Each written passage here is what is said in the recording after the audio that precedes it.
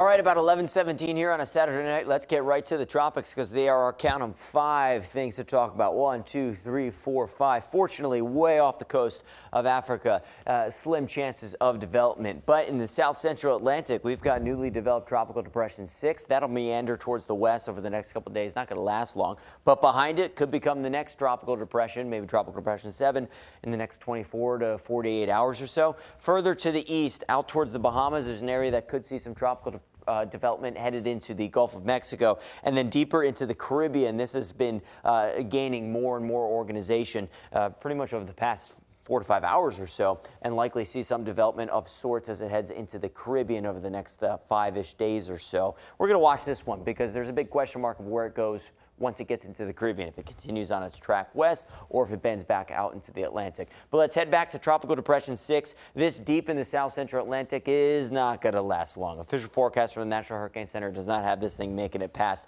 Monday morning's commute. So nothing to be concerned about here, but just a reminder that peak hurricane season is upon us here, or at least a couple weeks away. And yes, it's been a quiet season so far, but right on cue. You get to late August, early September, things start bubbling up in the Atlantic, and this just makes our job's a little bit busy here behind this big weather monitor. Now let's go over to the Pacific here. Hurricane Hilary is one that's going to bring some soaking rains to, yeah, you guessed it, Southern California.